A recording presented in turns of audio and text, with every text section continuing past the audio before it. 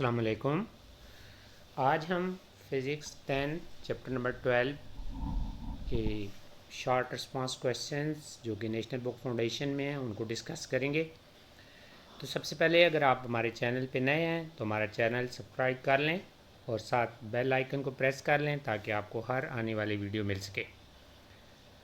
Question number 1 is what will happen to the frequency of the wave in a ripple tank if the time period of the electrical vibrator is decreased and what will happen to the speed। कहता है कि अगर आप time period को decrease करते हो तो frequency पे क्या अफेक्ट पड़ता है। अब रिपल टैंक ये मैंने नीचे शो किया हुआ है, इसके अंदर वाटर होता है और वाटर के ऊपर ये वाइब्रेटर होता है। ये आपके सामने वाइब्रेटर है। जब ये वाइब्रेटर वाइब्रेट करता है तो इसके ऊपर वेव बनती हैं और जो वेव की फ्रीक्वेंसी होती है number of wave in 1 second, उसको हम फ्रीक्वेंसी का नाम देते हैं। तो देखो फ्रीक्वेंसी और टाइम पीरियड का रिलेशन ये सामने आपकी इक्वेशन है, F = 1/T है। अब फ्रीक्वेंसी और टाइम पीरियड का इन्वर्स रिलेशन है। तो अगर आपके पास टाइम पीरियड इंक्रीज़ होगा तो आप फ्रीक्वेंसी जो होगी वो डिक्रीज़ हो जाएगी। उसके बाद स्पीड ऑफ द वेव की बात करते हैं। तो देखो जो स्पीड ऑफ वेव होती है, बेसिकली स्पीड ऑफ वेव जो होती है वो मीडियम पे डिपेंड करती है कि आपका मीडियम कौन सा है। यहाँ पे वाटर है मीडियम, तो अब बेशक आप फ्रीक्वेंसी को चेंज करेंगे लेकिन स्पीड के ऊपर कोई इफेक्ट आपके पास नहीं होगा। Next question is what will happen to the wavelength, speed, frequency and time period of the wave in the ripple tank if the water wave enter from deep to shallow water. कि ये नीचे diagram के ऊपर कि water wave जो है वो deep water से, ये हमारा डीप वाटर है, आगे शैलो वाटर है। तो जब डीप से शैलो में आपकी वेव जाती है तो पूछ रहा है वेव लेंथ पे क्या अफेक्ट होता है। तो देखो वेव लेंथ आपको पता है ये यहाँ से लेके यहाँ तक ये जो डिस्टेंस है आपके सामने मैंने शो की है, डीप के अंदर ये वेव लेंथ है और जब शैलो है तो शैलो के अंदर आपके पास ये वेव लेंथ है। तो अब देखो अब फिगर से क्लियर है कि डीप के अंदर वेवलेंथ ज़्यादा है और शैलो के अंदर जब आप इंटर होता है तो वेवलेंथ जो थी वो डिक्रीज़ हो जाती है। अब स्पीड ऑफ द वेव देखें तो स्पीड = v = f लैम्डा है। अब लैम्डा जो है वो वेवलेंथ है, तो आपको पता है शैलो में वेवलेंथ जो होती है वो डिक्रीज़ होती है। वेवलेंथ जब डिक्रीज़ होगी तो स्पीड भी डिक्रीज़ हो जाती है। उसके बाद फ्रीक्वेंसी है, तो फ्रीक्वेंसी देखेंगे, फ्रीक्वेंसी जो होती है वो वाइब्रेटर जो उसके ऊपर वाइब्रेट करता है उसकी फ्रीक्वेंसी पे डिपेंड करती है।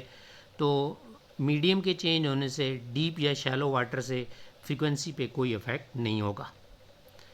और जब फ्रीक्वेंसी चेंज नहीं होगी तो टाइम पीरियड जो होता है वो फ्रीक्वेंसी पे डिपेंड करता है, तो इसलिए जो फ्रीक्वेंसी होगी वो भी आपके पास सेम रहेगी। उसके बाद नेक्स्ट क्वेश्चन है nuclear fusion explosions are taking place at the sun, we get heat on the earth but do not hear the sound. वो कहता है कि सन के ऊपर एक्सप्लोजन हो रहे हैं। अब उन एक्सप्लोजन की वजह से जो हमारे पास लाइट और हीट है वो तो अर्थ तक पहुंच रही है। ये देखें ये सन है आपके पास, तो आपसे पूछ रहा है कि जो साउंड है वो क्यों नहीं पहुंच रही। तो बेसिकली रीज़न ये है कि सन और अर्थ के दरमियान अगर हम देखें तो हमारी अर्थ के अराउंड एयर है, एयर है, एयर के बाद जो ना एयर ख़त्म हो जाती है तो फिर हमारे पास आ जाता है कुछ भी नहीं है, उसको हम क्या कहते हैं वैक्यूम का नाम देते हैं, वैक्यूम आ जाती है। अच्छा अब जो वैक्यूम मीन नो मीडियम, कोई मीडियम आपके पास नहीं है। तो अब साउंड जो होती है वो मैकेनिकल वेव्स होती हैं और जो मैकेनिकल वेव्स होती हैं वो विदाउट मीडियम जो है वो ट्रैवल नहीं करती। तो अब सन और अर्थ के दरमियान वैक्यूम है, मीन कोई मीडियम नहीं है, तो इसलिए साउंड जो है वो सन से अर्थ तक नहीं पहुंच पाती। लेकिन जो लाइट और हीट हैं ये इलेक्ट्रोमैग्नेटिक वेव्स हैं और इलेक्ट्रोमैग्नेटिक वेव्स जो होती हैं वो विदाउट मीडियम ट्रैवल कर सकती हैं, तो इसलिए सन से लाइट और हीट जो है वो हम तक पहुंच रही होती है। उसके बाद नेक्स्ट क्वेश्चन है why do water wave refract at the boundary of the shallow water and the deep water, relate this behaviour to the refraction of the light. अब रिफ्रैक्शन क्या होती है कि जब आपके पास वेव एक मीडियम से दूसरे मीडियम में एंटर होती है तो उसकी डायरेक्शन चेंज हो जाती है। तो अब नीचे डायग्राम देखें कि ये हमारे पास डीप वाटर है, ये हमारे पास शैलो वाटर है। अब देखें कि होता क्या है कि जब आपके पास वेव डीप से शैलो में जाती है, तो डीप से शैलो में जाती है तो उसकी स्पीड चेंज होती है, उसकी स्पीड चेंज होती है और साथ ही डायरेक्शन भी चेंज हो जाती है। तो इसकी वजह से जो है ना रिफ्रैक्शन का फिनोमेना होता है। अब लाइट के लिए भी हम इसको इसी तरह डिफाइन कर सकते हैं कि when the light enter from one medium to another medium then it will bend. Light भी जो है ना वो बेंड हो जाती है, डायरेक्शन चेंज कर लेती है और इसको हम रिफ्रैक्शन ऑफ लाइट का नाम देते हैं। वाटर फॉर एग्जांपल लाइट आपकी वाटर में इंटर होती है तो उसकी स्पीड और डायरेक्शन चेंज होती है और रिफ्रैक्शन का फिनोमेना होता है। उसके बाद नेक्स्ट क्वेश्चन है, classify different wave type based on whether they require a medium for propagation, just justify why the electromagnetic wave do not need a medium. देखो हमारे पास जो वेव्स हैं उनकी जो टाइप्स हैं मीडियम के हिसाब से, वो एक होती हैं मैकेनिकल वेव्स। अब मैकेनिकल वेव्स वो होती हैं which require a medium to travel, कि जिनको ट्रैवल होने के लिए मीडियम चाहिए। मीडियम आपकी एयर भी हो सकती है, वाटर भी हो सकता है, डिफरेंट मीडियम्स हो सकते हैं।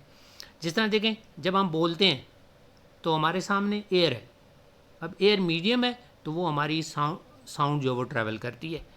इस तरह वाटर के ऊपर जब वेव बनती हैं तो वाटर जो है वो मीडियम है तो वो आपकी मैकेनिकल वेव्स होती हैं।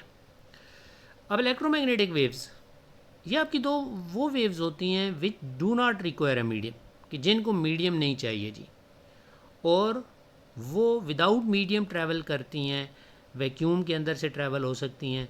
जिस तरह लाइट और हीट जो होती हैं ये इलेक्ट्रोमैग्नेटिक वेव्स होती हैं। अब इलेक्ट्रोमैग्नेटिक वेव्स को मीडियम क्यों नहीं चाहिए? तो बेसिकली जो इलेक्ट्रोमैग्नेटिक वेव्स होती हैं they consist of oscillating electric and magnetic field. इसके अंदर आपके पास इलेक्ट्रिक फील्ड्स होती हैं, ये नीचे डायग्राम मैंने बनाई हुई है। इलेक्ट्रिक फील्ड और मैग्नेटिक फील्ड जो होती हैं ये ऑसिलेट कर रही होती हैं, और जब ये इलेक्ट्रिक और मैग्नेटिक फील्ड ऑसिलेट्स करती हैं तो यही आपकी इलेक्ट्रोमैग्नेटिक वेव्स होती हैं।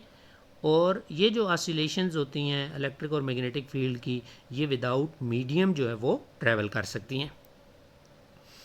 उसके बाद नेक्स्ट क्वेश्चन है, under what condition maximum diffraction occur. अब इसके लिए डायफ्रैक्शन क्या होती है? देखो अगर हमारे पास ये एक ऑब्स्टेकल है और इसके दरम्यान ये ओपनिंग सी है, ये दो ऑब्स्टेकल मैंने रखे हैं और ये दरम्यान में ओपनिंग है, यहाँ से वेव जा रही है। अब जब इस ओपनिंग से पास करती है वेव तो वेव क्या होती है, ऐसे बेंड हो जाती है। ये जो बेंडिंग होती है ना, इसे हम क्या कहते हैं, डायफ्रैक्शन का नाम देते हैं। अब क्वेश्चन में है कि डायफ्रैक्शन कब मैक्सिमम होगी? तो देखो कि डायफ्रैक्शन मैक्सिमम होगी when the size of the obstacle और opening is comparable to the wavelength. ये नीचे वाली डायग्राम पे आए तो देखें कि जब ये ओपनिंग का साइज़, देखें ये नीचे आपके जो फर्स्ट डायग्राम है इसमें ये ओपनिंग का साइज़ और ये जो वेवलेंथ है ये कंपेरेबल है। तो जब ओपनिंग का साइज़ और वेवलेंथ कंपेरेबल होती हैं तो फिर आपकी वेव की प्रॉपर डायफ्रैक्शन होती है। जिस तरह आप देख रहे हैं कि ये वेव ज़्यादा बेंड हो रही हैं।